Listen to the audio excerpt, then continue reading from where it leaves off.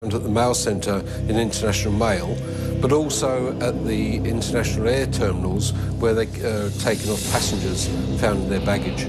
For example, here we've got a sword stick. This actually came from Zimbabwe. They look like a walking stick, but they hide a very sharp, dangerous weapon. There's another one here. There's actually two weapons in one. There's the long sword blade. There's also the shorter stabbing blade.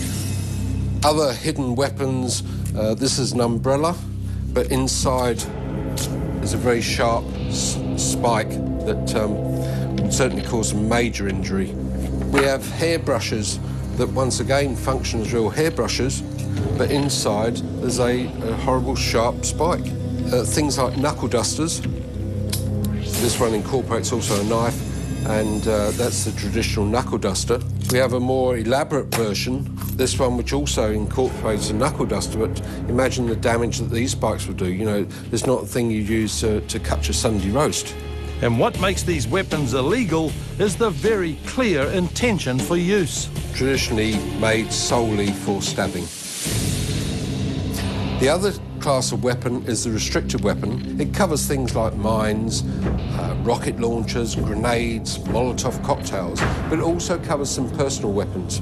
We've got CS gas, tear gas, and pepper spray. We also have the stun guns of various types, but we have some disguised ones. These items are found all around the world. In some countries they're totally legal, but they're certainly not legal here. After the break, what police are seizing as they crack down on organised crime. Military-style semi-automatic. A Norinco light machine gun, 7.62. This weapon here, frightening-looking weapon, referred to as a G3. Million legal guns in this country. That's one for every 4 of us. To own one, the rules are simple. You have to be 16 or over and have a firearms licence. But it's when these things get into the wrong hands that the problems arise.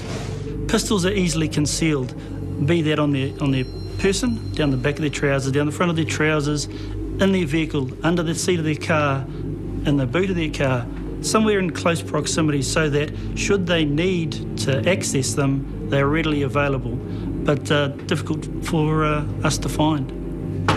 And unfortunately, there's an active black market for illegal guns in New Zealand.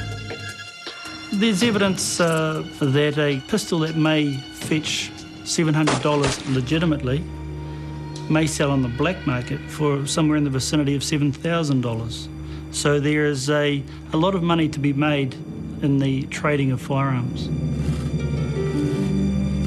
It's our belief that the majority of those weapons are in the hands of people that shouldn't have them. Police have long found that where there are illegal weapons, there's also an association with drugs and gangs. What we're seeing is organised criminal groups, gangs, becoming well entrenched in the use and dealing in firearms as well as drugs. They're happy to use those firearms as well. For officers like Chris, it's an ongoing battle to get weapons away from gangs.